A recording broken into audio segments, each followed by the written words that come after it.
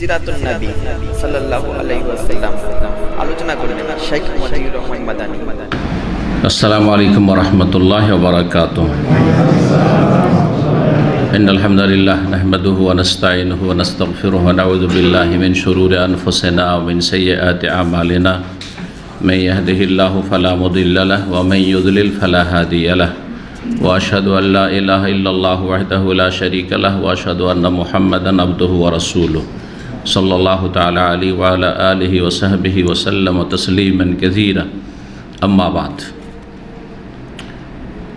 সম্মানিত দিনী ভাতৃমণ্ডলী, আল্লাহ রাব্বুল আলামিনের প্রশংসা এবং প্রিয় নবী মুহাম্মদুর রাসূলুল্লাহ সাল্লাল্লাহু আলাইহি ওয়াসাল্লামের উপর সালাত ও সালামের পর আজ জুমাবার এশার সালাতের পর তারিখ পহিলা শাবান 1443 হিজরি মোতাবেক 4 মার্চ 2022 আমাদের ধারাবাহিক আলোচনা সিরাতুন নবী সাল্লাল্লাহু আলাইহি ওয়াসাল্লাম পর্ব নম্বর 60। বিষয়বস্তু হচ্ছে হুদাইবিয়ার সন্ধির দ্বিতীয় পর্ব। গত সপ্তাহে হুদাইবিয়ার সন্ধি এবং হুদাইবিয়ার ওমরা নিয়ে একটা অংশ আলোচনা হয়েছে, আর দ্বিতীয় অংশ যেটি রয়েছে সেটা দিয়ে আমরা আজকে শেষ করব ইনশাআল্লাহ। আমরা যেখানে এসে থেমেছিলাম তা হচ্ছে কাফের মক্কার কুরাইশদের সাথে নবী করিম সাল্লাল্লাহু আলাইহি সাল্লামের চুক্তির দফাগুলি। তাতে 4টি দফা ছিল, আবার সেগুলি রিপিট করে দিচ্ছি। গত সপ্তাহে আলোচনা হয়েছে। প্রথম ছিল যে মুসলিমরা রাসূলুল্লাহ সাল্লাল্লাহু আলাইহি সাল্লামের সাথে উমরা করতে এসেছেন, এবছরে তাদেরকে মক্কায় প্রবেশ করতে দেওয়া হবে না। এবছর তারা এখান থেকে হুদাইবিয়া নামক স্থান থেকে, যেখানে বাধাগ্রস্ত হয়েছেন সেখান থেকে ফিরে যাবে। তারপরে আগামী বছর আসবে মাত্র 3 দিনের জন্য, 3 দিন অবস্থান করবে মক্কায়। সেই সময় খোলা কোনো অস্ত্র সাথে রাখতে পারবে না, যদি থাকে সেটা খাপের ভেতরে, গেলাফের ভেতরে ভরা থাকবে। দ্বিতীয় দফা ছিল যে আগামী 10 বছরের জন্য শান্তি চুক্তি সম্পাদিত হচ্ছে, যে আমাদের মাঝে কোনো রকমের লড়াই যুদ্ধ হবে না। 10 বছরের জন্য এই চুক্তি সম্পাদন করা হইল কুরাইশদের সাথে। মুসলিমদের 10 বছরে কোনো রকমের লড়াই হবে না, না মুসলিমরা আসবেন লড়াইয়ের জন্য, না কুরাইশরা মদিনার উপর হামলা করার জন্য যাবে। তৃতীয় দফা ছিল যে এই সময়টায়, যে দীর্ঘ 10 বছরের সময় আগামীতে, এই 6ষ্ঠ হিজরি থেকে শুরু করে, 6ষ্ঠ হিজরি থেকে শুরু করে, কারণ 6ষ্ঠ হিজরিতে কী হয়েছে? হুদাইবিয়ার সন্ধি হয়েছে। আমরা 6ষ্ঠ হিজরির আলোচনা করছি। এখন থেকে শুরু করে 10 বছরের ভিতরে আরবের যত বংশগুলি রয়েছে, গোত্রগুলি রয়েছে, তারা এই দুই পক্ষের, পরস্পর বিরোধী দুটো পক্ষ, কুরাইশ কাফের পক্ষ আর মদিনা আর মুসলিম মুহাজিরিন আনসার রাসূলুল্লাহ সাল্লাল্লাহু আলাইহি ওয়াসাল্লামের সাথে মুসলিম পক্ষ, দুই পক্ষের যে কোনো এক পক্ষের সাথে তারা চুক্তিতে, মিত্রতার চুক্তিতে আবদ্ধ হইতে পারে। কেউ যদি মনে করে যে আমরা মিত্রতা স্থাপন করব মুসলিমদের সাথে, যে কোনো বংশ তাও করতে পারে স্বাধীন, কোনো রকমের সেখানে তাদেরকে বাধা দেওয়া হবে না। আর কোনো বংশ যদি মনে করে যে আমরা বন্ধু হিসাবে, মিত্র হিসাবে গ্রহণ করব কুরাইশদেরকে, সেখানে কোনো রকমের মুসলিমরা হস্তক্ষেপ করবে না। যার সাথে যার বনে মিল হয়, স্বার্থ মনে করে যে এদের সাথে আমাদের মিত্রতা কল্যাণকর হবে, তা করতে পারবে। এটাই ছিল কত নম্বর দফা? না 3 নম্বর বলুন। 3 নম্বর ছিল। 4 নম্বর ছিল যে কুরাইশদের মধ্যে কার কেউ যদি মদিনায় মুসলিমদের কাছে এসে আশ্রয় গ্রহণ করে, পালিয়ে চলে আসে, ইসলাম গ্রহণ করে, আশ্রয় গ্রহণ করা মানে ইসলাম গ্রহণ করেছে, সেই জন্য মদিনায় আশ্রয় নিয়েছে, যদি এমনটা করে তাহলে মুসলিমরা তাকে ফিরিয়ে দিতে বাধ্য থাকবে। যে কোনো অবস্থায় কী করতে হবে? ফিরিয়ে দিতে হবে। পক্ষান্তে কুরাইশের কোনো পুরুষ, সেখানে শব্দ ছিল রাজুলুম মিন্না, পুরুষ শব্দটি ছিল রাজুল, আর রাজুল শুধু পুরুষকে বলা হয়, নারীকে বলা হয় না। এইখানে একটা ফাঁক থেকে গেছিল, যেটা আল্লাহ বুঝার তৌফিক মক্কার কুরাইশদেরকে দেয়নি। এই পয়েন্টটা মনে রাখবেন। আমাদের মধ্যেকার কোনো, অনেক সময় পুরুষ বলে আমরা ব্যক্তিকে উদ্দেশ্য করি, তাই না? তো আরবি তো এরকম করা হয়, রাজুলুম মিন্না, কিন্তু উদ্দেশ্য হচ্ছে পুরুষ না, ব্যক্তি। তো ওরা এটা খেয়াল করেনি যে শব্দটা কিন্তু পুরুষ লেখা আছে। তো চুক্তিতে যে কথাটি লেখা ছিল যে আমাদের মধ্যেকার কোনো পুরুষ যদি মক্কা থেকে মদিনা পালিয়ে আসে তাহলে কী করতে হবে? ফেরত দিতে হবে। আর যদি তোমাদের মধ্যেকার মদিনা থেকে কেউ পালিয়ে চলে আসে মুরতাদ হয়ে, ইসলাম কবুল করেছিল, পোষাইল না, তারা কী করলো? মক্কা এসে আশ্রয় নিল, তাহলে তাকে আমরা ফেরত দেব না। বাহ্যিক মনে হচ্ছে এখানে ছোট হয়ে যাবে, তাই না? কিন্তু সবগুলিতে আল্লাহর বড় হেকমত ছিল। নবী করিম সাল্লাল্লাহু আলাইহি ওয়াসাল্লাম নিজের পক্ষ থেকে কোনো কিছু করেনি, যা কিছু করছেন আল্লাহর পক্ষ থেকে নির্দেশনা। জি, এই ছিল 4টি দফা। তারপরে চুক্তি লেখা শুরু হলো। চুক্তি লেখা শুরুতে যা কিছু হয়েছিল, বিসমিল্লাহ রহমান লিখতে দিল না, বিসমিকা আল্লাহুম্মা লিখতে হলো। মিম মোহাম্মদিন রসুলিল্লাহ লিখতে দিল, মিম মোহাম্মদ বিন আবদুল্লাহ লিখতে হয়েছে, এইসব। আর তারপরে আমরা আজকের আলোচনা শুরু করব। এই আলোচনাটি মনে রাখা, এই 4টি দফা বা 4টি যে শর্ত, এগুলি মনে রাখা অত্যন্ত জরুরি। কারণ এগুলি আমাদেরকে বুঝতে হবে যে এগুলির লাভ লস এবং এতে যে প্রকাশ্য ইসলাম এবং মুসলিমদের বিজয় রয়েছে, বিজয়টা কিভাবে হতে পারে সেটা গবেষণা করে দেখা। যেখান থেকে শুরু করব তা হচ্ছে এই চুক্তি লেখাপড়া চলছে, এখন লেখা চলছে, এখনও চুক্তিতে স্বাক্ষর হয়নি দুই পক্ষ থেকে। তার মানে এখনও এই শর্তগুলিতে কম বেশি করার অধিকার আছে, বা শর্ত যতক্ষণ কমপ্লিট না হয়েছে তখন এই শর্তের বিপরীত কোনো কিছু হইলে হইতে পারে, তাই না? কারণ এখনও সই স্বাক্ষর হয়নি দুই পক্ষের। ঠিক ওই সময় যেই ব্যক্তি প্রতিনিধি হিসাবে মক্কার কাফেরের পক্ষ থেকে চুক্তিপত্রে সে কি করছিল? প্রতিনিধিত্ব করছিল, প্রতিনিধি ছিল। তার নাম কি ছিল মনে আছে? সোহাইল বিন আমর। তার নাম কি ছিল? সোহাইল। এর আপন ছেলে, তার নাম ছিল আবু জুন্দুল। আবু জুন্দুল মুসলমান হয়ে গেছে, ইসলাম কবুল করেছে। আর তারপরে নবী সাল্লাল্লাহু আলাইহি ওয়াসাল্লামের কাছে এসে হাজির, এখানে হুদায়বিয়া নামক স্থানে মক্কা থেকে পালিয়ে এসে হাজির, কিন্তু বন্দি অবস্থায়। মক্কার লোকেরা জানতে পেরেছিল যে ইসলাম গ্রহণ করে নিয়েছে, সুতরাং তার হাত পা বেঁধে রেখেছিল, হাত বাঁধা ছিল। এই অবস্থায় পালিয়ে চলে এসছে। আবু জন্দল এই ছিল ইবনে সোহাইল বিন আমর, সেই সোহাইল বিন আমরের ছেলে, যে কুরাইশের প্রতিনিধি হিসাবে এই চুক্তি লেখাপড়ায় কাজ করছে তাদের পক্ষ থেকে। সে শিকলাবদ্ধ অবস্থায় ছিল। সোহাইল দেখছে, যারে আমি এখানে নেতৃত্ব দিচ্ছি সন্ধি চুক্তির ক্ষেত্রে, আর এখানে আমার ছেলে এসে হাজির, এখনই যেতে চাই রাসূলুল্লাহ সাল্লাল্লাহু আলাইহি ওয়াসাল্লামের সাথে মদিনা চলে যেতে চাই। মুস্তাযাফির মক্কা এদেরকে বলা হয়তো। মক্কায় যারা অসহায় অবস্থায় ছিল, দুর্বল অসহায়, যাদেরকে ধরে বেঁধে জবরদস্তি মারধর করে রেখে দেওয়া হয়েছিল, তাদেরকে হিজরত করতে দেওয়া হয়নি। এদের বেশ কিছু সংখ্যা ছিল, তার একজন এই আবু জন্দল। এই সুযোগ কোনো রকম পালিয়ে চলে এসছে, যে এখনই গিয়ে আশ্রয় নি, চলে যাব মুসলিমদের কাছে, তখন আমাকে আর ফিরিয়ে দেবেন না, আমার জানটা বেঁচে যাবে, মদিনায় চলে যেতে পারো তাদের সাথে। এই আশা নিয়ে আবু জন্দল যুবক সেখানে হাজির হয়েছিলেন রাদিয়াল্লাহু তাআলা আনহু। সোহেল বলছে যে না, একে ফেরত দিতে হবে। কী করতে হবে? আমার ছেলেকে ফিরিয়ে দেবে। কারণ শর্ত কি লেখা হচ্ছে যে আমাদের কোনো লোক যদি চলে আসে তাহলে কি করতে হবে? ফিরিয়ে দিতে হবে। কিন্তু তোমাদের লোক যদি আমাদের কাছে চলে আসে, আমরা ফিরিয়ে দেবো না। তখন নবী করিম সাল্লাল্লাহু আলাইহি ওয়াসাল্লাম বললেন যে ইন্না লাম নাখযিল কিতাব বাদ, এখন পর্যন্ত তো চূড়ান্ত ফয়সালা হয়নি, এখন তো লেখাপড়াই চলছে, লেখালেখি চলছে, তুমিও সই করনি, আমিও সই করিনি, তাহলে কেন এই চুক্তি মোতাবেক আমল করবে? এটা তো পরে শুরু হবে, তাই না? চুক্তির পরে বললে যে এমনটা তো হয়নি যে আমরা চূড়ান্ত সিদ্ধান্তে পৌঁছিনি।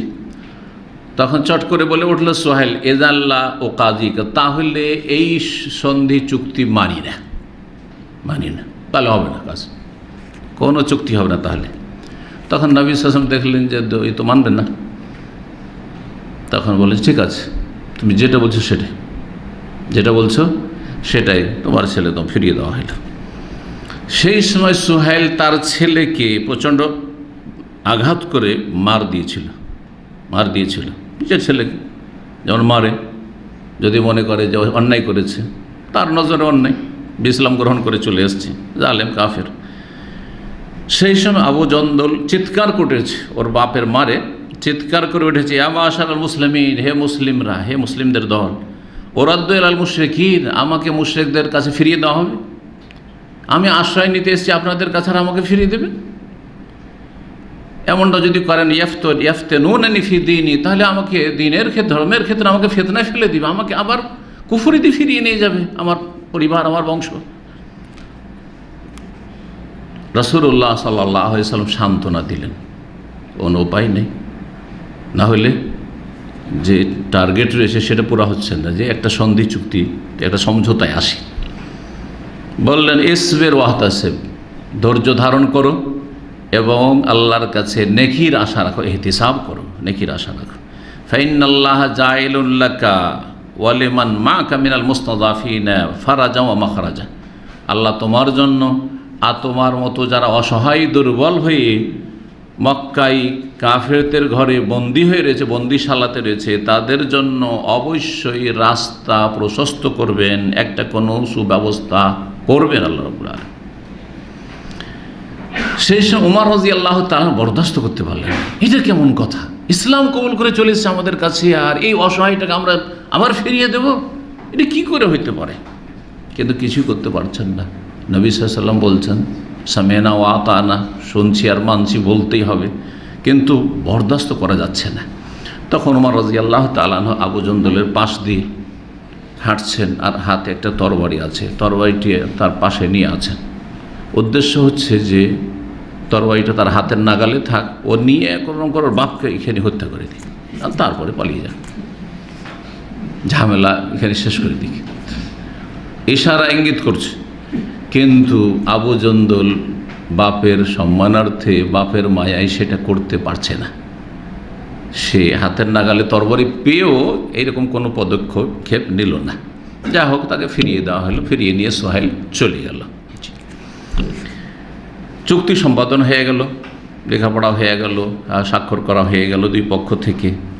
এখন যে উমরার এহরাম অবস্থায় যে সাহাবায়ে কেরামগণ রয়েছে রাসূলুল্লাহ সাল্লাল্লাহু আলাইহি ওয়াসাল্লামের সাথে, রাসূলুল্লাহ সাল্লাল্লাহু আলাইহি ওয়াসাল্লাম উমরার এহরামে আছেন, কি করবেন এখন? নবী করিম সাল্লাল্লাহু আলাইহি ওয়াসাল্লাম সবাইকে বললেন যে আর যাওয়া যাবে না, এখান থেকে আমাদেরকে ফিরে যেতে হবে, এটাই হলো আজকের চুক্তি। সুতরাং তোমরা এখানেই কি করো, যে কোরবানির পশুগুলি আছে সেগুলি জবাই করে দাও, একটি উট বা গরু 7 জনের পক্ষ থেকে। এখানে রাসূলুল্লাহ সাল্লাল্লাহু আলাইহি ওয়াসাল্লাম সাহাবায়ে কেরামদেরকে বলেছিলেন। আর হুদাইবিয়ার হাদিসে রয়েছে, সহিহ মুসলিম অন্যান্য হাদিসে, যে উটে এবং গরুতে 7 জন করে শরীক হয়েছিলেন সাহাবায়ে কেরামগণ। জি, সুতরাং গরুতে আর উটে ভাগা আছে, সেটা সফরেও আছে, আর সেটা মকিম অবস্থায় আছে, মকিম অবস্থারও হাদিস আছে। আর যদি হাদিস নাও থাকে, তবুও যতক্ষণ পর্যন্ত নবী সাল্লাল্লাহু আলাইহি ওয়াসাল্লাম না বলেছেন যে এই ঘটনাটা ঘটেছে সফরে, কিন্তু যতক্ষণ না বলেছেন যে এইটা কিন্তু সফরের সাথে খাস, তখন সেটা সব অবস্থার জন্য। বোঝা গেছে কিনা? যতক্ষণ পর্যন্ত না বলেছেন একটা ঘটনা সফরে ঘটেছে অথবা বাড়িতে ঘটেছে, তার মানে তার বিপরীতটা চলবে না, এটা কোত্থেকে পেলেন? এটা মন গড়া ফতোয়া।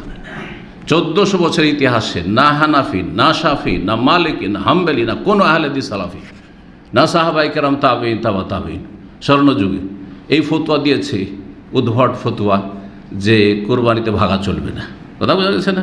যে ফতোয়া এক শ্রেণীর আহলে হাদিস দিয়েছে, একেবারে ভুল ফতোয়া। সুতরাং এই ভুল ফতোয়া থেকে ফিরে আসেন, আর এটা ভাববেন না যে আপনারা নতুন কিছু আবিষ্কার করতে পেরেছেন যেটা উম্মতে মুসলিমার ওপর অস্পষ্ট থেকে গেছে। এটি জেহালত, জি, এটা মোটেই ঠিক নয়। জি, যদি একটু শক্ত ভাষা এই জন্য বললাম, কারণ এটি বিভ্রান্তি, গুমরাহি, আর বহু লোককে বিভ্রান্ত করেছে। অনেকে এই কোরবানির ভাগা নিয়ে হাসি ঠাট্টা মজাক করে তারা কি করেছে, তারা ওই গজল তৈরি করেছে। কি বলছে ওগুলোকে, তাদের জাগরণী তৈরি করেছে।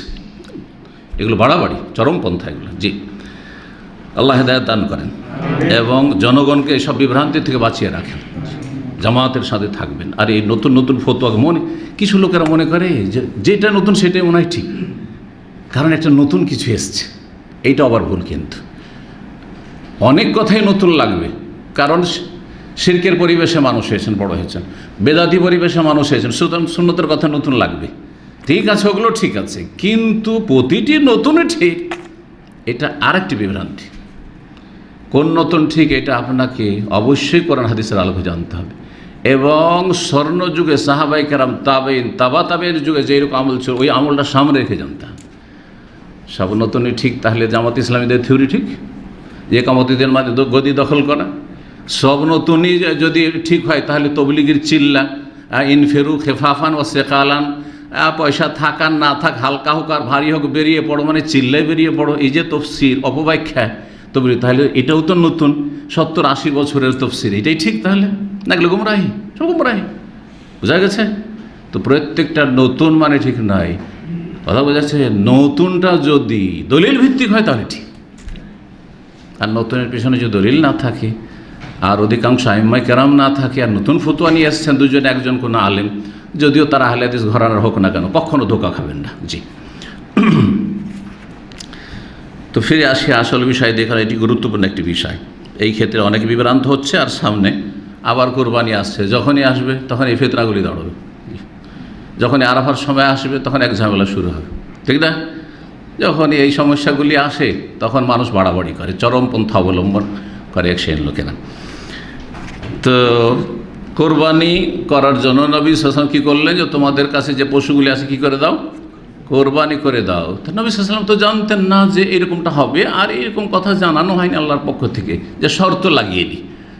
কারণ আপনি এহরাম অবস্থায় যাচ্ছেন, শুরুতে যদি শর্ত লাগিয়ে নেন আর আল্লাহ না করে কোনো রকমের বাধা পেয়ে গেলেন, তাহলে কোনো রকমের কোরবানি লাগবে না, দম লাগবে না।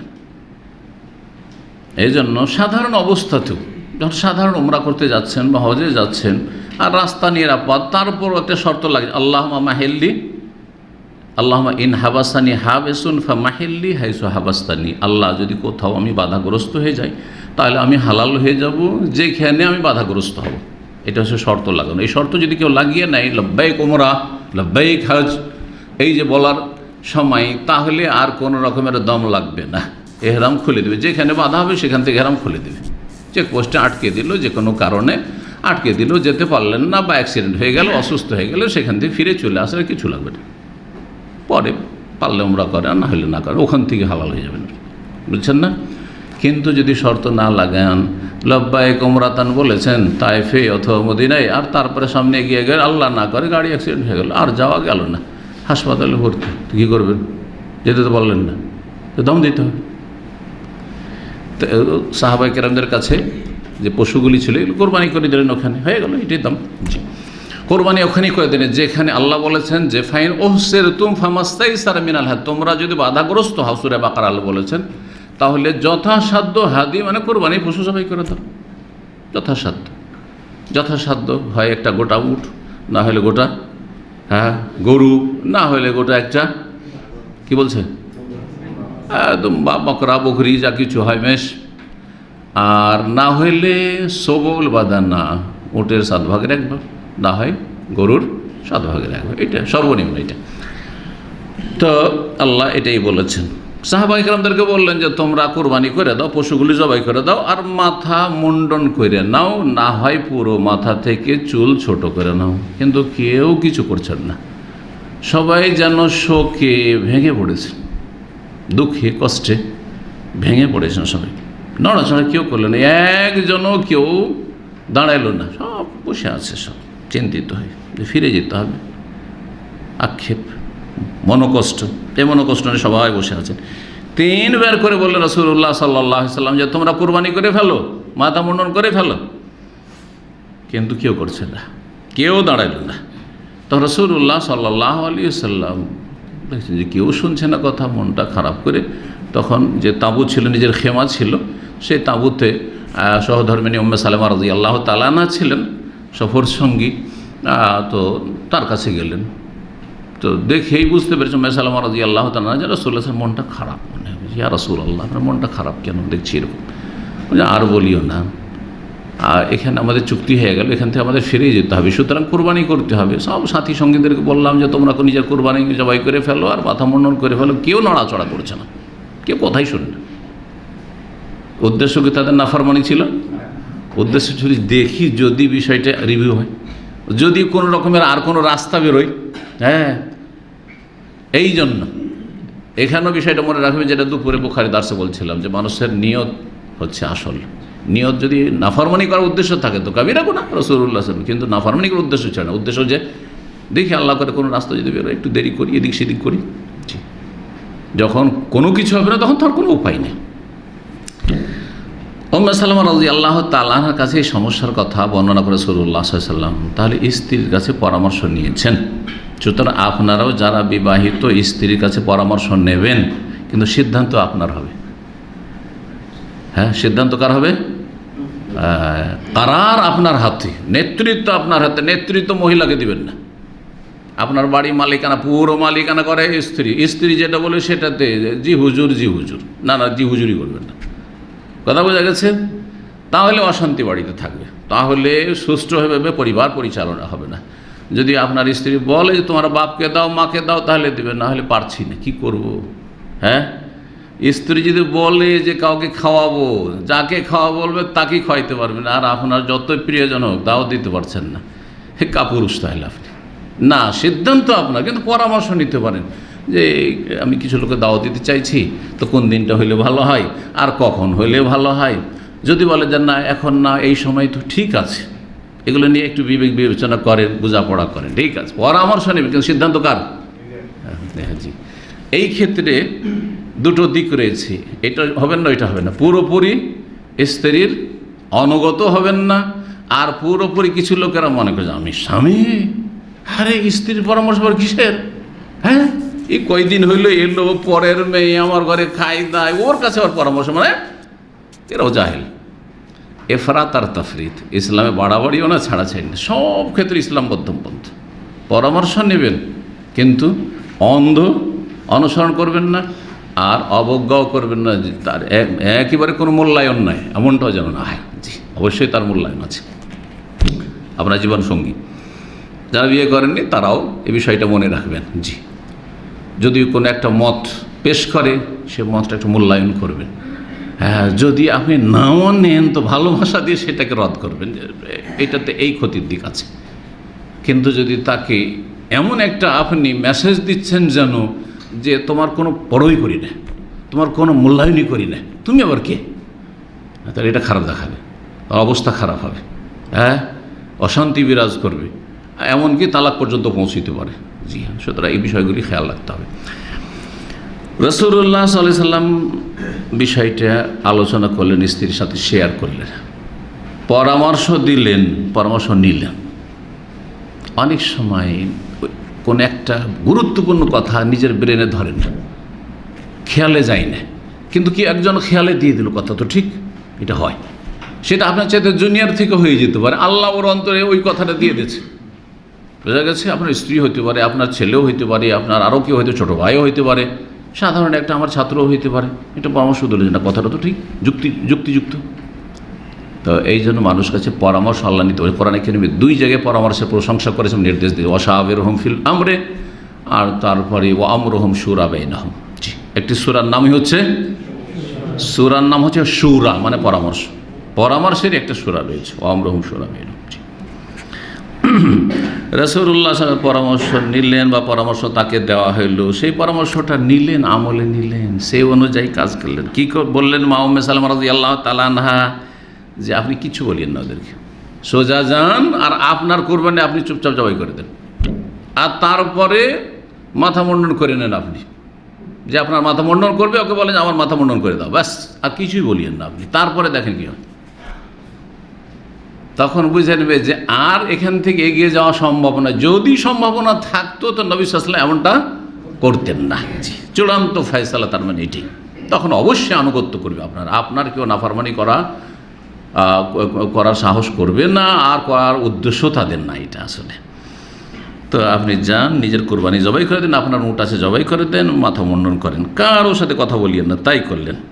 নবী করিম সাল্লাল্লাহু আলাইহি ওয়াসাল্লাম একটি উট কোরবানি করলেন, যেই উটটি আবু জাহালের ছিল। আবু জাহাল বদরের যুদ্ধে যখন নিহত হইল, তখন গনিমত এটি পাওয়া গেছিল। আবু জাহাল কাফেরদের মক্কার সবচেয়ে বড় নেতা, তার উটকে নিয়ে গেছেন।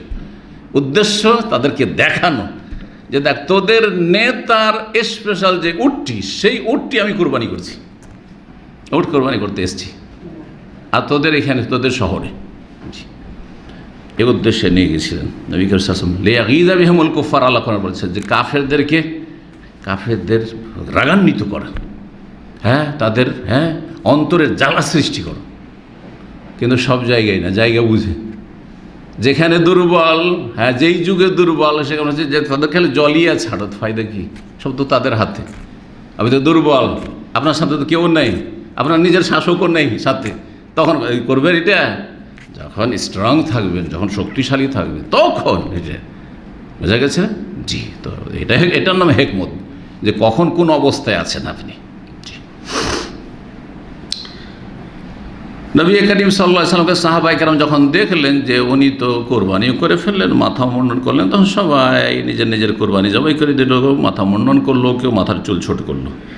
সেই সময় নবী করিম সাল্লাল্লাহু আলাইহি সাল্লাম যারা মাথা মুন্ডনকারী তাদেরকে 3 বার করে দোয়া দিয়েছিলেন রহমতের, আর যার মাথার চুল ছোটকারী তাদেরকে একবার দোয়া দিয়েছিলেন, আল্লাহুম্মা আরহামিল মুহাল্লিকিন, আল্লাহুম্মা আরহামিল মুহাল্লিকিন, আল্লাহুম্মা আরহামিল মুহাল্লিকিন। তখন সাহাবীরা ওয়াল মুকাসসিরিনা ইয়া রাসূলুল্লাহ, হে আল্লাহ রসুল, যারা চুল ছোট করবে ওদের জন্য দোয়া দিবেন না, ওদেরকে একটু দোয়া দেন।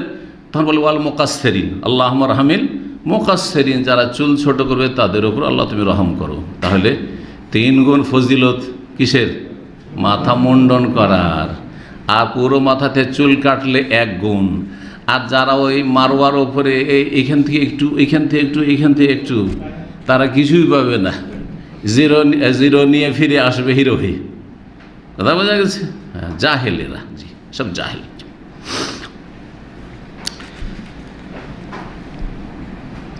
তাদের দুঃখের এবং মনোকষ্টের শেষ ছিল না, কিন্তু নিরুপায় সেখানে তাই করতে হইল।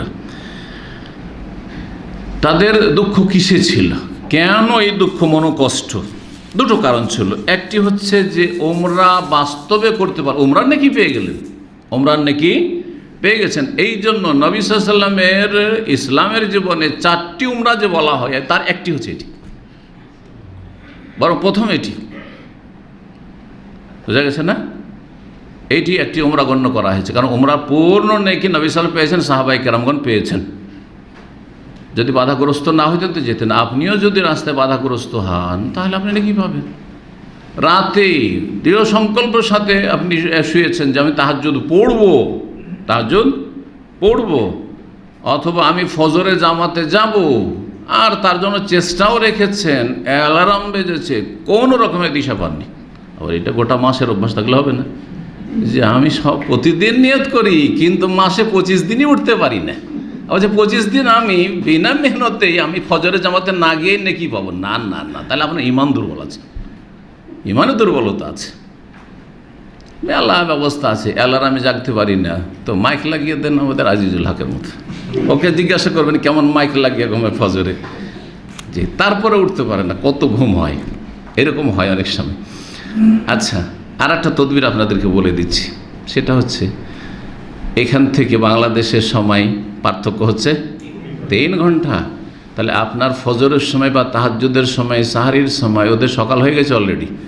আপনার স্ত্রী কিন্তু কাজকর্ম করা শুরু করে দেয় ফজর পর। আমাদের এইখানকার মতো বদ অভ্যাস নাই যে দেশে মানুষ ঘুমায়, এখন কিছু বদ অভ্যাস হতে লেগেছে, শহরের আবহাওয়া লেগেছে, তাই না? কিন্তু এই বদ অভ্যাস আমাদের দেশে ছিল না। ফজর পরে কাজ জেগে আছে, সোজাকে বলে যতক্ষণ না উঠবো ততক্ষণ তুমি কল দিতে থাকবে, ঠিক আছে? আর সাইলেন্ট করবেন না, ঠিক আছে? ওইদিকে বললে দেশেন কল দিতে থাকবে, এদিকে সাইলেন্ট করে ঘুমিয়ে গেছে। আচ্ছা, আমার নিয়ত ছিল জাগার, চলবে না? গুনাহগার হবেন, অবশ্যই গুনাহগার হবেন। জি, ইন্নামাল আমালু বিন্নিয়াত। তো যাই হোক, যে বিনা উমরাতে ফিরে যাচ্ছে, এটা হচ্ছে মনে কষ্ট। আর দ্বিতীয় হচ্ছে যে যেই সন্ধি চুক্তি হলো, এতে যেন অবিচার করা হয়েছে আমাদের সাথে। মক্কার কুরাইশ আমাদেরকে চাপের মুখে রেখে আমাদের সাথে অবিচার করা হয়েছে। আমরা তাদের কাছে ছোট হয়ে গেলাম। আবেগও কাজ করছে, কিন্তু নবী সাল্লাল্লাহু আলাইহি ওয়াসাল্লাম তো আবেগে কাজ করছেন না, ওই ভিত্তিক কাজ করছেন। ইলম ভিত্তিক কাজ করলে আপনার ব্যালেন্সটা ঠিক থাকবে। জি, যদিও আজকালকার মুসলিমদের মতো সাহাবায়ে কেরামদের আবেগ ছিল না, আবেগের সাথে ইলমও ছিল, কিন্তু আশা করছিলেন যে এমনটা হবে না, হয়তো কল্পনার বাইরে ছিল যে আমরা মক্কা পৌঁছিতে পারবো না, বাইতুল্লাহর তওয়াফ করতে পারবো না, সাফা মারওয়া সাই করতে পারবো না, বাস্তবে উমরা করতে পারবো না, রাস্তা ফিরে যেতে হবে একবারে মক্কার কাছে সময়সী, মক্কার কাছে হদুদ আহমের কাছাকাছি এসে ফিরে চলে যেতে হবে। জি,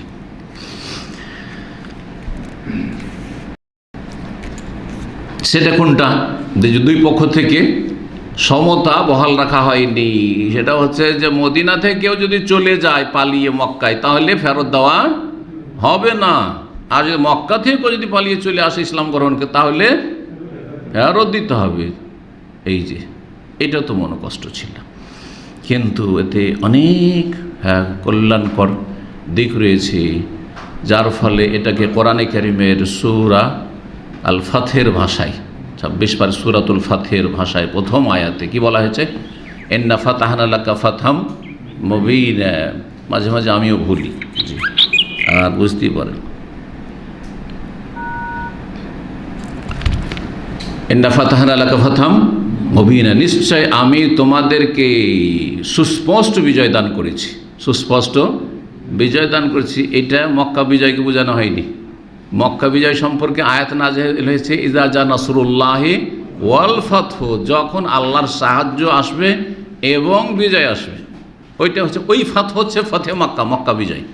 আর হুদাইবিয়ার সন্ধিকে বলা হয়েছে ইন্না ফাতাহনা লাকা ফাতহাম মুবিনা, হে নবী তোমাকে সুস্পষ্ট বিজয়, প্রকাশ্য বিজয় দান করেছি। তো এই প্রকাশ্য বিজয় ছিল আসলে। জি, দিকগুলি পরে বলবো, আসল বিষয়গুলি যেগুলি আজকে শেষ করিনি, তারপরে ইনশাআল্লাহ তাআলা সেই বিষয়গুলির দিকে ইঙ্গিত করব। নবী করিম সাল্লাল্লাহু আলাইহি সাল্লামের দূরদর্শিতা ছিল। এই যে সন্ধি চুক্তি হচ্ছে, এই ক্ষেত্রে কি ছিল? প্রথম কথা দূরদর্শিতা।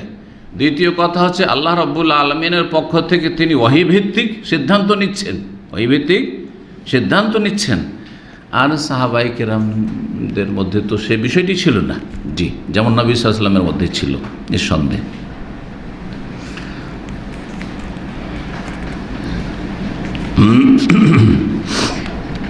তো সেই সময় ওমর রাদিয়াল্লাহু তাআলা যখন সন্ধি চুক্তি হয়ে গেল, আর তারপরে সেখানে উমরা থেকে হালাল হয়ে যেতে হলো, কোরবানি জবাই করে দিতে হলো, মাথা মুন্ডন করে দিতে হলো, আর এখন ফিরে যেতে হবে। সেই সময় ওমর রাদিয়াল্লাহু তাআলা ছুটে আসলে রাসূলুল্লাহ সাল্লাল্লাহু আলাইহি ওয়াসাল্লামের কাছে, এসে বলছেন ইয়া রাসূলুল্লাহ, আল্লাহ রাসূল, আলাসনা আলা হাক্কিন ওয়া হুম আলা বাতিল, আমরা কি হকের ওপর নই আর এ মক্কার কাফেরা কি বাতিলপন্থী নয়? জিজ্ঞেস করছেন যে আমরা হকপন্থী নয় আর ওরা বাতিলপন্থী নয়? বললেন বালা, অবশ্যই। এতে আবার কিসের সন্দেহ আছে যে আমরা হকপন্থী, হকের ওপর আছি, আর তারা বাতিলপন্থী, বাতিলের ওপর রয়েছে। এক প্রশ্ন করলে। দ্বিতীয় প্রশ্ন, আলাইসা কাতলানা ফিল জান্নাহ ওয়া কাতলাহুম ফিন্নার, আমাদের যারা শহীদ নিহত তারা জান্নাতি, আর মক্কার কাফেরদের যারা নিহত তারা জাহান্নামী, এটা কি সত্য নয়? তো বলছেন বালা, অবশ্যই, এটাও সত্য। তো যদি এইটাই হয় যে আমাদের যারা আল্লাহর রাস্তায় নিহত হবে তারা জান্নাতি, আর কাফেরদের যারা নিহত হবে তারা হচ্ছে জাহান্নামী, চিরস্থায়ী জাহান্নামী, তারে ফাফিমা নৌতাদানিয়াতা ফি দীনিনা, তাহলে আমাদের এই ধর্মীয় বিষয়ে আমরা কেন ছোট হব তাদের কাছে? আমরা কিসের জন্য ছোট হব? লড়াই করব, যুদ্ধ করব, যেতে দিবে না, লড়াই করব। কেন ছোট হইতে যাবো? আর কেন এই চুক্তিতে আমরা হার মানতে যাবো? বাহ্যিক হার মনে হচ্ছে যে তাদের কাছে হার মেনে নেওয়া। আর আমরা এখান থেকে ফিরে চলে যাব, আল্লাহ রাব্বুল আলামিন কোন একটা চূড়ান্ত ফয়সালা করলেন না। চূড়ান্ত ফয়সালা হয়ে যেত। চূড়ান্ত ফয়সালা হচ্ছে যে কাফেরদের সাথে যদি হটকারিতা করে আর হকের পথে বাধা দেয়, তো রাস্তা ক্লিয়ার করতে হবে। যদি রাস্তায় গাছপালা পড়ে আছে, আপনি গাড়ি নিয়ে এগোতে পারছেন না, রাস্তায় ইট পাটকেল পড়ে আছে, সামনের দিকে যেতে পারছেন না, তো কী করবেন? সেগুলিকে সরিয়ে দেবেন, রাস্তা ক্লিয়ার করবেন, ঠিক না? তো রাস্তা হয় ক্লিয়ার করবেন, আর না হলে সেখানে শেষ হয়ে যাবেন এই পথে। তো ইসলামের পথে যে বাধা, এই বাধা দূর করাই হচ্ছে জিহাদ ফি সাবিলিল্লাহ। কেউ বাধা দিও না, তোমাদেরকে জবরদস্তি করছে না, কিন্তু কেউ ইসলাম গ্রহণ করতে আসছে, বাধা দেওয়ার কোনো অধিকার নেই। কাউকে জবরদস্তি করবো না, এটাও ঠিক আছে। লা ইকরাহা ফিদ্দিন, ধর্মের ক্ষেত্রে কোনো জবরদস্তি নেই, কিন্তু কেউ আসছে ইসলাম গ্রহণ করছে আর তোমরা জবরদস্তি তাকে ফিরিয়ে নিয়ে যাবে, এই অধিকারও তোমাদের নেই। এই যদি করো, যারা হকের দিয়ে এগিয়ে আসছে ঝাঁপ দিয়ে, তাদেরকে যদি বাধা দাও, তখন রাস্তা ক্লিয়ার আমাদেরকে করতে হবে। আর এই জন্য আল্লাহ রাব্বুল আলামিন জিহাদ এই রকমের ক্ষেত্রে জিহাদ ফরজ করেছেন। সবসময় জিহাদ ফরজ না।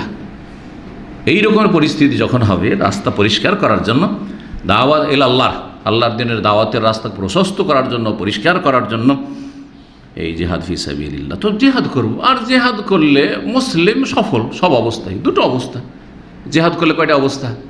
দুটো অবস্থা। একটা হচ্ছে যে বিজয়, জিতে গেলাম, আর একটা হচ্ছে শহীদ হয়ে গেলাম। দুটোতে কামিয়াবি। শহীদ হয়ে গেলাম, বিনা হিসাব জান্নাত চলে গেলাম। আর যদি জিতে যাই তো আল্লাহর দিন শক্তিশালী হইল। হ্যাঁ, মারে তো গাজী আর মারে তো শহীদ, একটি কথা রয়েছে। যদি মারতে পারে তাদেরকে, মানে তা হারাতে পারে, তাহলে গাজী হয়ে ফিরে, যোদ্ধা হয়ে ফিরে আসবে, গাজী ফি সাবিলিল্লাহ। আর যদি মরে যায় এই পথে, তাহলে শহীদ আল্লাহ রাস্তার। মুসলিমের কোনো লস নেই। জি, ওমর রাদিয়াল্লাহু তাআলা আনহু বরদাস্ত হচ্ছে না। এটা কেমন কথা হইল? আল্লাহ চূড়ান্ত ফয়সালা করবেন না, এটা কেমন হইল? তখন নবী সাল্লাল্লাহু আলাইহি ওয়াসাল্লাম বলে, ইয়া ইবনাল খাত্তাব, হে খাত্তাবের ছেলে, ইন্নী রাসূলুল্লাহ, তোমার কি বিশ্বাস হয় না যে আমি রাসূলুল্লাহ, আমি আল্লাহ রাসূল সাল্লাল্লাহু, আমি চুক্তি করছি সাল্লাল্লাহু আলাইহি সাল্লাম। ওয়ালাস্তু আসি, যখন আমি আল্লাহর রাসূল, আল্লাহর দূত, তাহলে আল্লাহর আমি নাফরমানি করব না। আল্লাহর নাফরমানি করতে পারো? আল্লাহ আমাকে এরকম করে করতে বলছেন, নাফরমানি করবে না। ওয়া হুয়া নাসিরি ওয়া লা ইউযায়্যানি আবাদান, আর আল্লাহ অবশ্যই আমার সাহায্য করবেন। আল্লাহ আমাকে কখনো সর্বনাশ করবেন না আমার, আর কখনো আমাকে অসহায় ছেড়ে দেবেন না। কি মনে করো তুমি? শুধু সময়ের অপেক্ষা। হ্যাঁ, সময়ের অপেক্ষায় থাকো, কিছু সময় লাগবে হয়তো, কিন্তু আল্লাহ অসহায় ছেড়ে দেবেন চিরকাল, এটা কখনো হয় না হকপন্থীকে। জি, কিন্তু হকের উপর থাকতে হবে। ওয়া আনতুমুল আ'লাউন, তোমরা উপরেই থাকবে। ইন কুনতুম মুমিনিন, শর্ত হচ্ছে মুমিন হইতে হবে, শিরক মুক্ত, কুফরি মুক্ত হইতে হবে, মুনাফিকি মুক্ত হইতে হবে। নবী সাল্লাল্লাহু আলাইহি সাল্লামের কাছে আবেগের কথাগুলি প্রকাশ করলেন, উত্তরগুলি পেলেন, তারপরে মনে শান্তি হয় না। ওমর রাদিয়াল্লাহু তাআলা চলে গেলেন আবু বকরের কাছে। তার সাথে শুনি আবু বকর, দেখি কি আবু বকরকে ওই কথাগুলি এক একটা করে যে প্রশ্নগুলি করলেন নবী সাল্লাল্লাহু আলাইহি সাল্লামকে, সেই প্রশ্নগুলি আবু বকরকে কি বললেন। আবু বকর রাদিয়াল্লাহু তাআলা আনহু আল্লাহর পক্ষ থেকে সেম ওই উত্তরই দিলেন যে উত্তর রাসূলুল্লাহ সাল্লাল্লাহু আলাইহি ওয়াসাল্লাম দিয়েছেন। জি, ওই উত্তরগুলি দিলেন। তারপরে ওমর রাদিয়াল্লাহু তাআলা আনহুকে আবু বকর সিদ্দিক রাদিয়াল্লাহু তাআলা বলে, দেখো তুমি রাসূলুল্লাহ সাল্লাল্লাহু আলাইহি ওয়াসাল্লাম যা বলছে সেটাকে আঁকড়ে ধরো, ব্যাস, কিছু বলার নেই, সব শক্ত করে ধরো, আজীবন মরণ পর্যন্ত ধরে থাকো। ফাওয়াল্লাহি ইন্নাহু লাআলাল হক, আল্লাহর কসম করে বলছে নবী সাল্লাল্লাহু আলাইহি ওয়াসাল্লাম হকের উপর আছে, আর হককে আল্লাহ রাব্বুল কি করবেন? অবশ্যই বিজয়ী করবেন। জি, তারপরে আয়াত নাযিল হলো। এই ঘটনা হয়েছে, কথোপকথন হয়েছে, আর তারপরে পরে আয়াত নাযিল হয়ে গেল সূরাতুল ফাতহ, ইন্না ফাতাহনা লাকা ফাতহাম মুবিনা, নিশ্চয় আমি, আল্লাহ বলছেন যে আমি আল্লাহ রাব্বুল আলামিন সুস্পষ্ট বিজয় দান করেছি হে নবী মুহাম্মদ সাল্লাল্লাহু আলাইহি ওয়াসাল্লাম তোমাকে। রাসূলুল্লাহ সাল্লাল্লাহু আলাইহি ওয়াসাল্লাম এই আয়াতগুলি নিয়ে পাঠিয়ে দিলেন কার কাছে? ওমরের কাছে। ওমর কোথায় আছে পড়ে শোনাও, সবগুলি আয়াত পড়ে শোনাও। জি, সূরা আল ফাতহ শুরু থেকে পড়ে দেখবেন এবং তরজমা সহ তাফসীর সহ পড়ে দেখবেন, বুঝতে পারছেন। এই যখন সুস্পষ্ট বিজয়ের কথা আয়াতের নাযিল হলো চুক্তি সম্পাদনের পরে, তখন ওমর রাদিয়াল্লাহু অবাক হচ্ছে, এটা আবার কোন বিজয় হলো?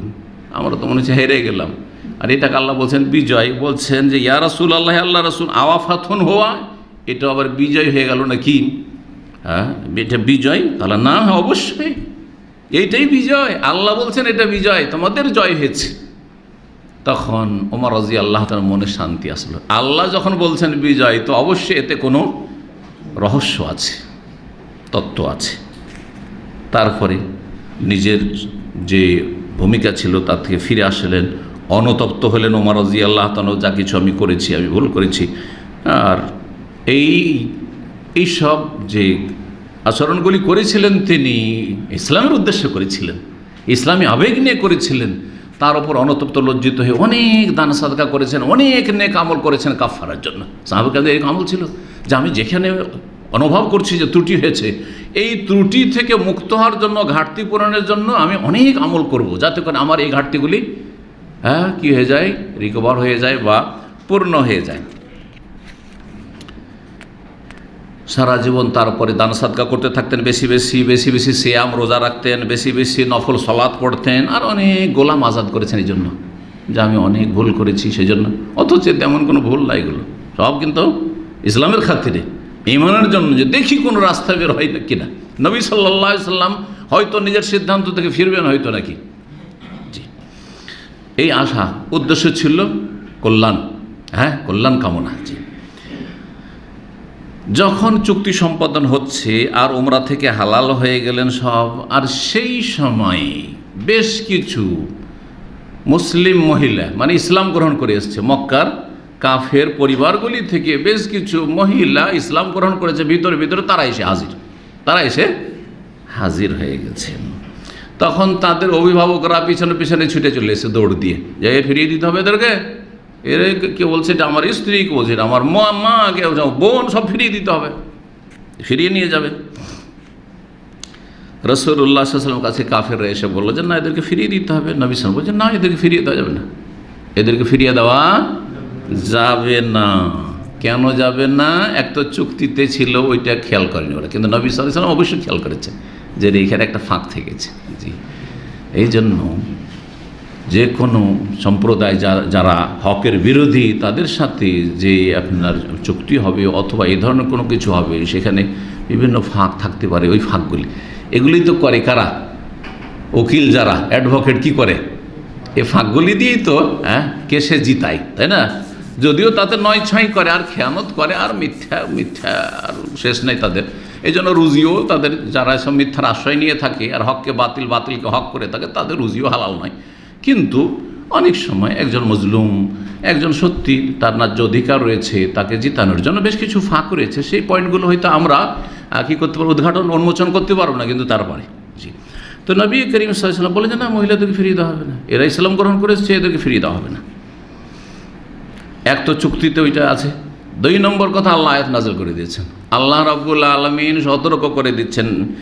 আয়াতগুলি সূরা মুমতাহিনার একটি সূরাই রয়েছে, যেই সূরার নাম হচ্ছে মুমতাহিনা মানে ইমতিহান, মানে পরীক্ষা, মানে যেসব মহিলারা ইসলাম গ্রহণ করে আসবে তাদেরকে একটু পরীক্ষা করো, যাচাই বাছাই করো যে আসলে সত্যিকার অর্থে তারা ইসলাম গ্রহণ করে এসছে না কোনো দুনিয়ার স্বার্থে লোভ লালসা নিয়ে এসছে, দুনিয়ার নিছক দুনিয়াদারি মুনাফিকি করতে এসছে।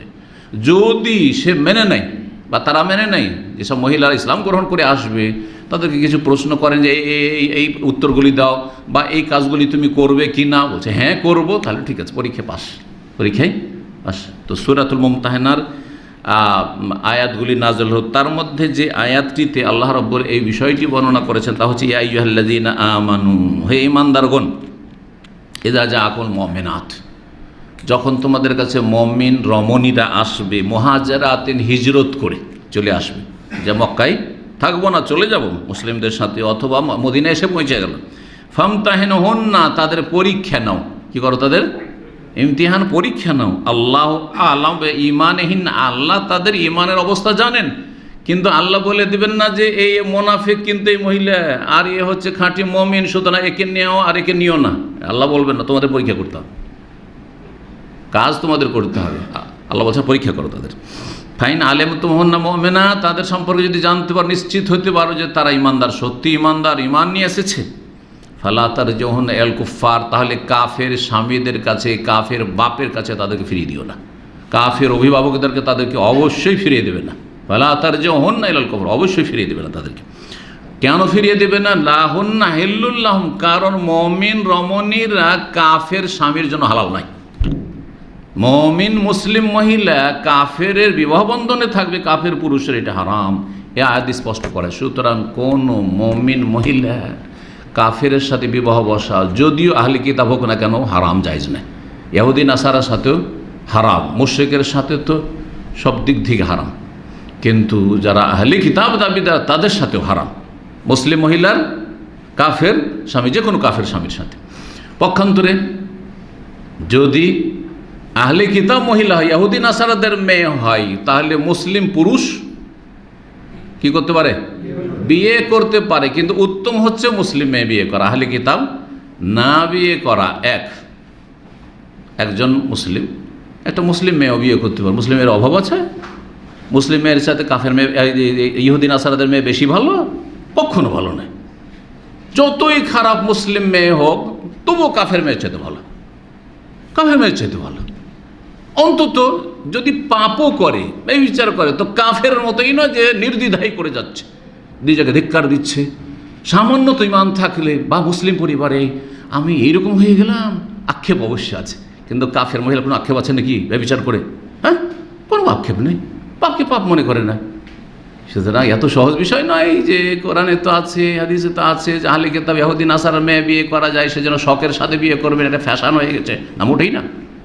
ইসলাম গ্রহণ করে সেটা আলাদা কথা, কিন্তু যখন আপনার সামনে মুসলিম মেয়েও আছে, মুসলিম মহিলাও আছে, আর আহলে কিতাব আছে, কোনটা উত্তম? মুসলিম উত্তম। 2 নম্বর কথা, আহলে কিতাব ইহুদি নাসারাদের মেয়ে বিয়ে করার জন্য একটি শর্ত লাগিয়েছেন, সেটা হচ্ছে ওয়াল মুহসানাত মিনাল্লাযিনা উতুল কিতাব মিন ক্বাবলিকুম, সতী সাধ্বী হওয়া। হ্যাঁ, আহলে কিতাব মেয়ে ইহুদি নাসারাদের মেয়ে যদি কি হয়, সতী সাধ্বী হয়, সতীত্ব পাওয়া যেতে পারে অসম্ভবের কাছাকাছি।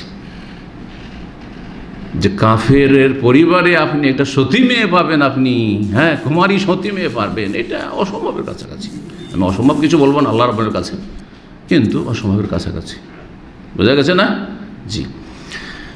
তো পক্ষান্তরে মুসলিম পরিবারে অনেক সতী সাধ্বী পাবেন, সতী সাধ্বীর অভাব নেই, কিছু শুধু খারাপ আছে, ঠিক কিনা? জি। আল্লাহ কি বলছেন? তাদেরকে কাফের কাছে ফিরিয়ে দেবে না। লাহুন্না হিল্লুল্লাহুম, কারণ মুমিন মেয়েরা কাফের স্বামীর জন্য হালাল নাই। ওয়ালাহুম ইয়াহিল্লুনা লাহুন, আর কাফের পুরুষ মুমিন নারীদের জন্য হালাল নাই, মানে বৈবাহিক সম্পর্ক জায়েজ নয়। কোনো মুসলিম মেয়েকে কাফের সাথে বিয়ে দেওয়া অথবা পালিয়ে গিয়ে উধাও হয়ে বিয়ে করা, এটা হারাম, জায়েজ নয়, মুরতাদ সে। ওয়া আতুহুম মা আনফাকু, যেই স্বামী একজন মুমিন মেয়েকে কুফুর অবস্থায় বিয়ে করেছিল আর তারপরে ইসলাম কবুল করে নিয়েছে, তো আর্থিক দিক থেকে ক্ষতিগ্রস্ত হয়েছে না? তো আল্লাহ বলছেন ঠিক আছে, ক্ষতিপূরণ দিয়ে দাও, কিন্তু এই মেয়েকে ফিরিয়ে দেবেন, মুসলিম মেয়েকে ফিরিয়ে দেবেন না, ক্ষতিপূরণ দিয়ে দাও। তাহলে মুসলিমরা নিজের পক্ষ থেকে বা নিজেদের বাইতুল মাল থেকে কী করবে? ক্ষতিপূরণ। ঠিক আছে, তোমার কত টাকা খরচ হয়েছে, এত টাকা তোমার লস হয়েছে, এই মেয়েকে বিয়ে করার জন্য টাকা নিয়ে যাও, কিন্তু এই মেয়ে তোমার কাছে যাবে না, কারণ তুমি কাফের। কাফেরের বিবাহ বন্ধনে কোনো মুসলিমের থাকা জায়েজ নয়। জি। আর তারপরে এই মেয়েগুলি যারা ইসলাম গ্রহণ করে আসলো, আল্লাহ বলছেন যে ওয়ালা জুনাহা আলাইকুম, তোমাদের কোনো গুনাহ হবে না আনতান কোনা, তাদেরকে বিয়ে করতে, মুসলিমরা বিয়ে করো। এদা আতেই তো মোহনা উজুরাহুন্না, শর্ত হচ্ছে তাদের মোহর দেবে। এটা মনে করবেন না যে অসহায় হয়ে তার তো আত্মীয় স্বজন কেউ নেই, এসেছে তো ফিরি 10 টাকা দিয়ে এমনি বিয়ে করে নিলাম, মোহর দিলাম না, না না, যে মোহর বাজার দর যেরকম মোহর আছে মোটামুটি ওই রকম, সমাজে যেরকম মোহরের প্রচলন আছে পরিমাণ, ওই রকম মোহর দাও। তার অভিভাবক থাক আর নাই থাক, সরকার অভিভাবক, যার অভিভাবক নেই তার অভিভাবক হচ্ছে সরকার। জি, যেমন এতে রয়েছে নবী হাদিসে রয়েছে ফাস সুলতান ওলি উমাল্লা ওলি আল্লাহ, সুলতান শাসক হচ্ছে ওলি, আর শাসকের প্রতিনিধি হচ্ছে আদালত। এই জন্য সৌদি আরবে যারা ইসলাম কবুল করে তাদের আদালতে গেলে ওলি লাগে না। কোনো মেয়ে ইসলাম কবুল করলে তার জন্য ওলি লাগে না, কিন্তু একটা মুসলিম জন্মসূত্রে মুসলিম পাসপোর্ট নিয়ে এসেছে, তার জন্য অবশ্যই অভিভাবক লাগবে। হ্যাঁ, অভিভাবকের পক্ষ থেকে কমপক্ষে লিখিত পারমিশন লাগবে, এফিডেভিট করা আর অ্যাটেস্টেড করা যে সে পারমিশন দিচ্ছে বিয়েতে, নাহলে বিয়ে হবে না। সূরা মুমতাহিনা আয়াত নম্বর 10, এতে মুমিন নারীদের কাফের সাথে সংসার করাকে হারাম আল্লাহ করে দিলেন। জি। আর কাফের মুশরিক যারা পৌত্তলিক মেয়ে, তাদেরকেও মুসলিমদের জন্য বিয়ে করা হারাম, এটা মনে রাখতে হবে। রাসূলুল্লাহ সাল্লাল্লাহু আলাইহি ওয়াসাল্লাম তারপরে যখন মেয়েরা আসতে লাগলো সেখানে, অথবা তারপরে মদিনায় আসতে থাকে, তখন নবী সাল্লাল্লাহু আলাইহি ওয়াসাল্লাম কী করতেন? হিজরত করে আসলে তাদের পরীক্ষা নিতেন এই কোরআনের আয়াতের আলোকে। আয়াতটি সূরা মুমতাহিনা আয়াত নম্বর 12। কি পয়েন্টের পরীক্ষা নিতে হবে? আল্লাহ বলছে ইয়া আইয়ুহান নবী, হে নবী, ইযা জাআকাল মুমিনাত, যখন মুমিন রমণীরা আসবে আপনার কাছে ইসলাম কবুল করতে, ইউবাইনাকা, আর আপনার সাথে বায়াত করবে, শপথ করবে, হাতে হাত দিয়ে নয়। মহিলাদের সাথে নবী সাল্লাল্লাহু আলাইহি ওয়াসাল্লাম মৌখিক বায়াত করতেন, তোমাদের সাথে চুক্তি হচ্ছে এই করবে এই করবে এই করবে। পক্ষান্তরে পুরুষদের হাতে হাত দিয়ে বলতেন যে তোমরা ওয়াদা করো, বায়াত করো যে এই করবে এই করবে এই করবে। জি, এটা পীর মুরিদেরও বায়াত নয়, আর কোনো সংগঠনের বায়াত নয়, এটা কিসের বায়াত? হ্যাঁ, ইসলাম কবুলের বায়াত। জি, ইসলাম কবুলের বায়াত। জি। তো যখন মুমিন মেয়েরা আসবে, ইউবাইনাকা, হে নবী, আপনার সাথে বায়াত করতে, এই শর্তগুলির ওপর আল্লাহ ইউশরিক না বিল্লাহ সেই আল্লাহর সাথে কোনো কিছুকে শরিক করবে না, এক। 2 নম্বর ওয়ালা ইয়াসরিক না চুরি করবে না, মুসলিম মহিলা চোরনি হবে না। ওয়ালা ইয়াজনি না ব্যভিচারে লিপ্ত হবে না। ওয়ালা ইয়াকতুল না আওলাদাহুন্না সন্তান সন্ততি ছেলে মেয়েদেরকে হত্যা করবে না, অ্যাবর্শন করবে না। জি, আজকাল হত্যা করছে মডার্ন তরিকে, জি অ্যাবর্শন করে দিচ্ছে, হারাম। বাচ্চা নেব না, এখন অ্যাবর্শন, জি না। ওয়ালা ইয়াতিনা বিবহতান ইফতারিনাহু বাইনা আইদিহিন্না ওয়া আরজুলিহিন্না, আর কোনো মিথ্যা অপবাদ এইরকম রচনা করবে না বা মিথ্যা অপবাদ কেউ কারো ওপর দেবে না। ওয়ালা ইয়াসিনাকা ফি মারুফ, আর ভালো কাজে যে কোনো কল্যাণমূলক কাজে হে নবী সাল্লাল্লাহু আলাইহি ওয়াসাল্লাম আপনার অবাধ্য হবে না, নাফরমানি করবে না। রাসূলুল্লাহ সাল্লাল্লাহু আলাইহি ওয়াসাল্লাম যা বলবেন যে এটা দিন পালন করো, তা পালন করতে প্রস্তুত থাকবে। ফাবায়াহুন্না, এগুলো যদি মেনে নেয়, ফাবায়াহুন্না তাহলে তাদের সাথে আপনি ইসলামের বায়াত করুন। ওয়াস্তাগফির লাহুন্না, আল্লাহর কাছে তাদের জন্য ক্ষমা প্রার্থনা করুন, আল্লাহ এদেরকে মাফ করে দাও গুনাহ খাতা। ইন্নাল্লাহ গফুরুর রহিম। যদি এই শর্তগুলি মেনে নেয় তাহলে নবী সাল্লাল্লাহু আলাইহি ওয়াসাল্লাম বলতেন তাদেরকে, মেয়েদেরকে, কাদ বায়াতুকে কালামান, মৌখিক তোমাদের সাথে বায়াত করে নিলাম। মুসাফা কখনো নবী সাল্লাল্লাহু আলাইহি ওয়াসাল্লাম কারোর সাথে কোনো মেয়ের সাথে করেননি, এমনকি কাপড় দিয়ে আড় দিয়ে এইরকম করেও করেনি। কারণ আজকাল আবার কেউ কোনো ফোকাহার রাস্তা বের করেছে, এরকম করে কথা বলছে যে সরাসরি তো টাচ করিনি, তো হাত দিয়ে টাচ করেছি। না না না, এইসব তাবিল টাবিলে যাবেন না। আপনাদের বড় হুজুর একজন খেয়ে করলো না, তো এ আয়াত যখন নাযিল হয়ে গেল, অনেক মুসলিমরা ইসলাম কবুল করেছেন, সাহাবায়ে মুহাজিরিন, তাদের স্ত্রীরা এতদিন পর্যন্ত কুফরের অবস্থায় ছিল, ওই বাপদাদা ধরে মুশরিকদের পৌত্তলিকতাই ছিল। এতদিন তো হারাম হয়নি তাদেরকে রাখা, কিন্তু এই আয়াত দ্বারা কি হয়ে গেল? লাহুন্না হিল্লুল লাহুম ওয়া লাহুম ইয়াহিল্লুনা, এরা এদের জন্য হালাল নয়, এরা এদের জন্য হালাল নয়। সুতরাং মুসলিম পুরুষ কোনো কাফের মহিলাকে, পৌত্তলিক মহিলাকে রাখতে পারবে না। যখন বিধান নাযিল হইল, ওই সময় যেই সব সাহাবায়ে কেরামদের স্ত্রীরা কুফুর অবস্থায় ছিল সবাই তালাক দিয়ে দিলেন।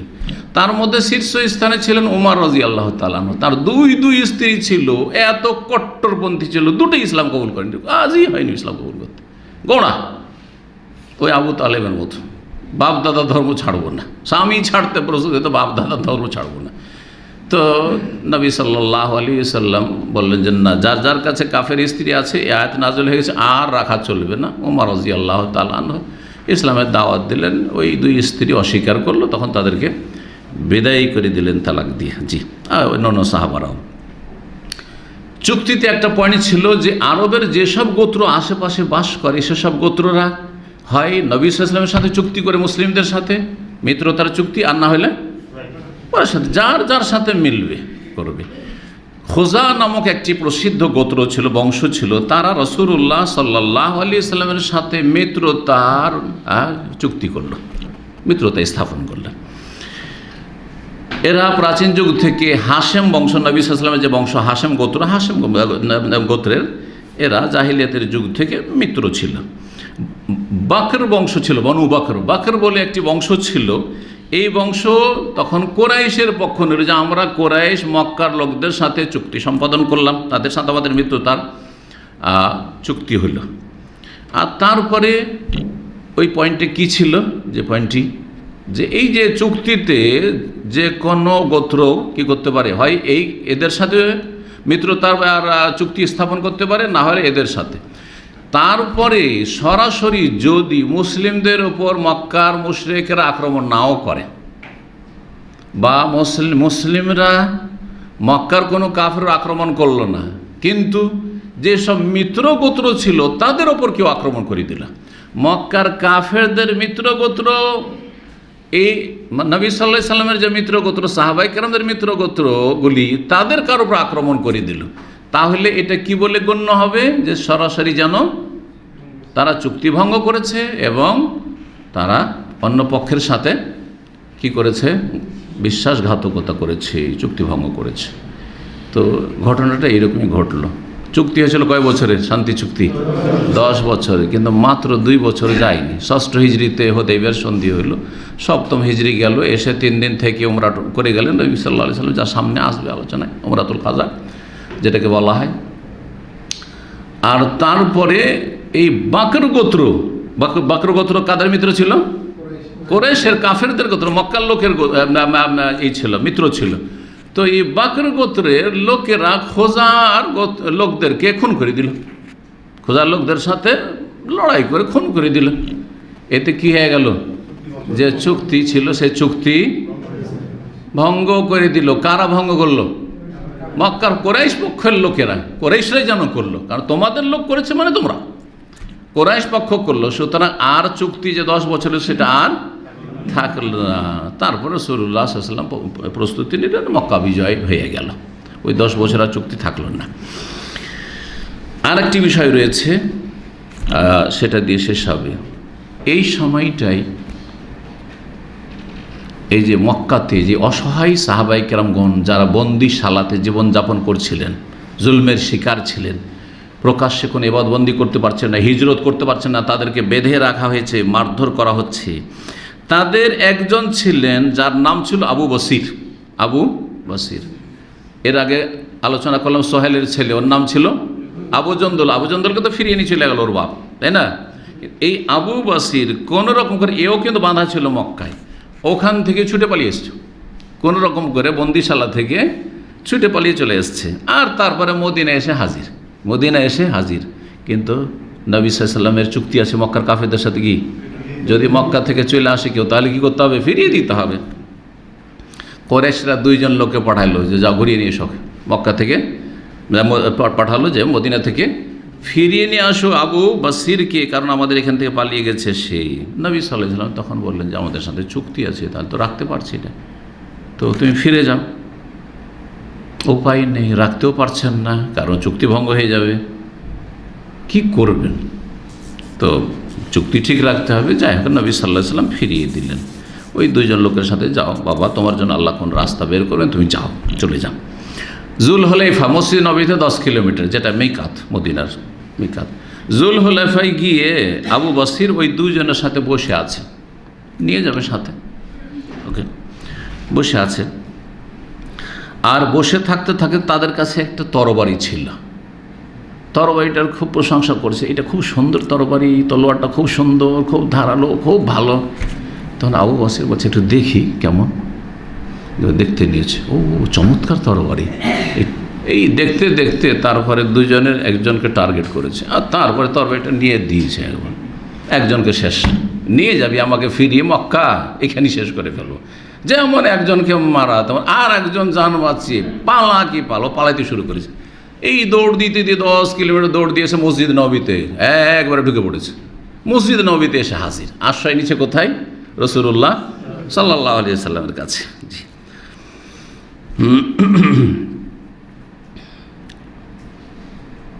এসে বলছে যে কোতেলা সাহেবী ওয়াইনিল মাকতুল, আমার সঙ্গে কে খুন করে দেওয়া হয়েছে, আর আমাকে খুন করতে আসছে পেছন থেকে, আমি জান বাঁচিয়ে পালিয়ে এসেছি।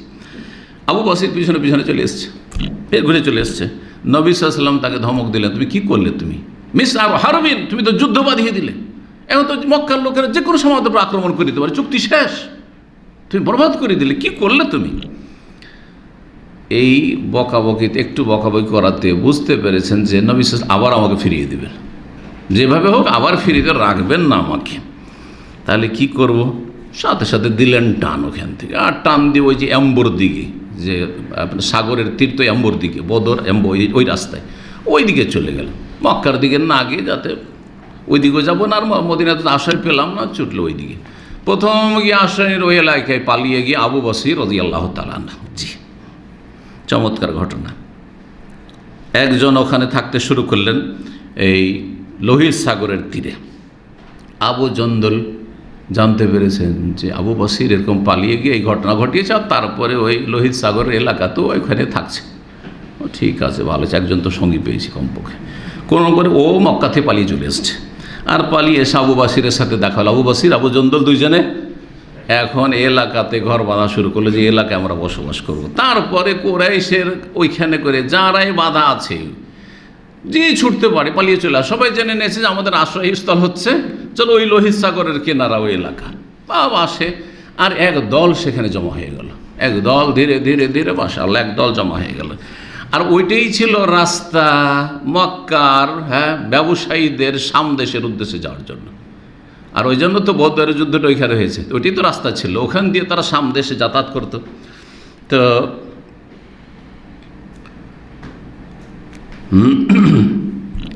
এখানে এসে বেশ কিছু লোক যখন জমা হয়ে গেল, আর জমা হওয়ার পরে তারা একটা প্ল্যান করলো যে এখান থেকে যতগুলি ব্যবসায়ী কাফেরা যাবে সবকে লুটে নেব, এদিক থেকে যাই লুটে নেয়, ওই দিক থেকে যাই লুটে নেয়।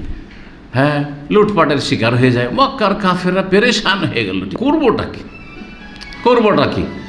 কারণ নবী সাল্লাল্লাহু আলাইহি ওয়াসাল্লাম তো চুক্তিতে ঠিক আছেন, উনি মদিনায় আশ্রয় দেননি, তো কিছু বলতেও পারছে না। তারা এসে হাজির হলো, তাদের প্রতিনিধি এসে নবী সাল্লাল্লাহু আলাইহি সাল্লামের কাছে এসে হাজির হলো। হাজির হয়ে বলছে যে আপনাকে আমাদের আত্মীয়তার দোহাই দিয়ে বলছি। নবী সাল্লাল্লাহু আলাইহি ওয়াসাল্লামের কাছে এসে দরখাস্ত করলো মক্কার লোকেরা যে আত্মীয়তার দোহাই দিয়ে বলছি, আপনার সাথে আমাদের রক্তের সম্পর্ক রয়েছে, যে এই যে লোকগুলো এখানে করে আশ্রয় নিয়েছে লোহিত সাগরের তীরে, আর আমাদের মাল সামান সব ব্যবসা বাণিজ্যের যা হচ্ছে লুটপাট করে নিচ্ছে, এদেরকে আপনি ডেকে নিন, আল্লাহর রাস্তায় এদেরকে আপনার কাছে ডেকে নেন। জি আসলে মদিনায় আশ্রয় পেয়ে গেলেন, এই সব মোস্তাজাফিন অসহায় সাহাবে কেমন সেখানে আশ্রয় পেয়ে গেলেন। তারপর থেকে যে কেউ আসে আশ্রয় পেয়ে যায়, কারণ কুরাইশরা বলে দিয়েছে যে যারা আসবে দেন, আশ্রয় দেন। আর তারপরে এই যে সমস্যা ছিল, যারা অসহায়দের সমস্যা ছিল, এই সমাধান হয়ে গেল। এই যে সন্ধি চুক্তি হলো, এটা যে একটা মহা বিজয়। এটা কি বিজয়? কেমন করে বিজয়? সংক্ষেপে শুধু এই কথাটি বলবো। এতে হলো কি যে চলাফেরার জন্য রাস্তা উন্মুক্ত হয়ে গেল। এতদিন পর্যন্ত যে কোনো জায়গায় গেলে প্রাণনাশের ঝুঁকি আছে, যে কোনো জায়গায় কাফেররা কী করতে পারে? মেরে দিতে পারে, কিন্তু এখন তার ভয় নেই। সুতরাং সাহাবাই কেরাম যারা হিজরত করে এসছেন, তাদের আত্মীয় স্বজন মক্কাতে আছে, নিজের আত্মীয়দের বাড়ি বাড়িতে, ভাই আছে কাফের হয়ে মক্কাতে, এই ভাই মুসলিম হয়ে গেছে, ভাইয়ের বাড়ি বাড়াতে যাচ্ছে, বাপ আছে কারো ছেলে আছে, কারো ভাই বোন আছে বোনের বাড়ি বাড়াতে, এই যাতায়াত মক্কার সাথে যাতায়াত শুরু হয়ে গেল। এই যাতায়াত করে আর তাদেরকে ইসলামের দাওয়াত দিতে থাকে। জি হ্যাঁ, তারপরে বিভিন্ন গোত্র যে বংশগুলি আশেপাশে আছে সেগুলি এলাকা তো নিরাপদ যাতায়াত করে, কারণ চুক্তি হয়ে আছে, মিত্র গোত্রগুলিতে যায়, ইসলামের দাওয়াত দেয়। তো এই দাওয়াতের রাস্তা প্রশস্ত হয়ে গেল। 10 বছরের জন্য যুদ্ধবিরতি, কোনো রকমের যুদ্ধ হবে না, দাওয়াতের রাস্তা খুলে গেল। এতে হইল কি, এই 6ষ্ঠ হিজরি পর্যন্ত ইসলামের সময়কাল হচ্ছে কত বছর? 13 বছর হচ্ছে মক্কায়, আর 6ষ্ঠ হিজরি 6 বছর। কত বছর হচ্ছে? হ্যাঁ, 19 বছর। 19 বছরে মাত্র 3000 সাহাবাই কেরামগণ কি হয়েছিলেন? মুসলিম হয়েছিল, ইসলাম গ্রহণ করেছেন, মাত্র 3000। পক্ষান্তরে এই হুদাইবিয়ার সন্ধির পরে যখন এই মানে বিনা কোনো রকমের বাধায় যাতায়াত আর আত্মীয়দের সাথে দেখা সাক্ষাতের সুযোগ সুবিধা, এইসব দাওয়াতের সুযোগ সুবিধা, দাওয়াত দেওয়ার স্বাধীনতা, দাওয়াত দিলে কেউ বাধা দিবে না বলতে আছে, অসুবিধা নেই, যে যার কাছে যাচ্ছে ইসলামের দাওয়াত গোপনে দিতে আছে। এর মাধ্যমে অনেক লোক ইসলাম গ্রহণ করলো এই মাত্র কিছুদিনের মধ্যে। আগের 19 বছর আর তারপরে মক্কা বিজয় পর্যন্ত, মক্কা বিজয়ের সময় 10,000 মুসলিমদের সংখ্যা। কত? 10,000। তো এতদিন কত ছিল? 3,000। তাহলে এই মাত্র 2 বছরের ভিতরে আরও 7,000 লোক ইসলাম গ্রহণ করলো। জি, এই সময়টাতে 7ম হিজরি চলে আসলো, 6ষ্ঠ হিজরি শেষ হলো, হুদাইবিয়ার সন্ধি হলো বছরে। 7ম হিজরিতে কুরাইশদের বড় বড় কয়েকজন নেতৃস্থানীয় ব্যক্তি, আমর ইবনে আস রাদিয়াল্লাহু তাআলা যিনি মিশরের পরে গভর্নর হয়েছিলেন, খালিদ বিন ওয়ালিদ যিনি প্রধান সেনাপতি মক্কার কাফেরদের, ওসমান বিন তালহা একজন বীর যোদ্ধা, এরা রাসূলুল্লাহ সাল্লাল্লাহু আলাইহি ওয়াসাল্লামের কাছে স্বেচ্ছায় এসে ইসলাম গ্রহণ করলো, কালেমা পড়লো, লা ইলাহা ইল্লাল্লাহ মুহাম্মদুর রাসূলুল্লাহ। তারা শাহাদাত দিল, নবী করিম সাল্লাল্লাহু আলাইহি ওয়াসাল্লামের সাথে ইসলামের বায়াত করলো, এবং তারা নিজের আগ্রহ প্রকাশ করলো যে আমরা এখন যা কিছু আমাদের কাছে আছে, আমাদের যতটা ক্ষমতা আছে ইসলামের খেদমতে সেটাকে কোরবানি করে দেবো, উৎসর্গ করে দেবো। এর জন্য তারা প্রস্তাব পেশ করলো এবং তারা তা করেও দেখালো। জি, রাসূলুল্লাহ সাল্লাল্লাহু আলাইহি ওয়াসাল্লামের কাছে এই সব সাহাবাই কেরামগণ যখন ইসলাম গ্রহণ করলেন, মক্কার কাফের নেতারা সেই সময় নবী সাল্লাল্লাহু আলাইহি ওয়াসাল্লাম বলেছিলেন, ইন্না মাক্কাতা কাদ আলকাত ইলাইনা আফলাজা কাবেদেহা, মক্কার যে কলিজার টুকরাগুলি ছিল সেই টুকরাগুলিকে আমাদের কাছে নিক্ষেপ করে দিয়েছে, আমাদের কাছে ফেলে দিয়েছে। মানে মক্কার কলিজার টুকরাগুলি আমাদের কাছে চলে এসেছে, অর্থাৎ এরা ইসলাম গ্রহণ করে নিয়েছে। এখানেই আজকের আলোচনা শেষ হচ্ছে। কতক্ষণ হয়েছে? সময় বেশি হয়েছে? হ্যাঁ, সময় আশা করি মনে হয় বেশি হয়েছে, তাই না? হ্যাঁ, 1 ঘন্টা পার হয়নি? 1 ঘন্টা পার হয়ে গেছে। ঠিক আছে, তো আজকে এখানে শেষ করছি ইনশাআল্লাহ তাআলা। আরও হুদাইবিয়ার সন্ধি সম্পর্কে আরও যদি কিছু বলার প্রয়োজন হয় সঙ্গে সঙ্গে তো আছে ইনশাআল্লাহ, বলবো ইনশাআল্লাহ। এখানে আলোচনা শেষ হচ্ছে। সাল্লাল্লাহু আলাইহি ওয়া সাল্লাম নবিয়ানা মুহাম্মদ ওয়া আলা আলিহি ওয়া সাহবিহি আজমাইন।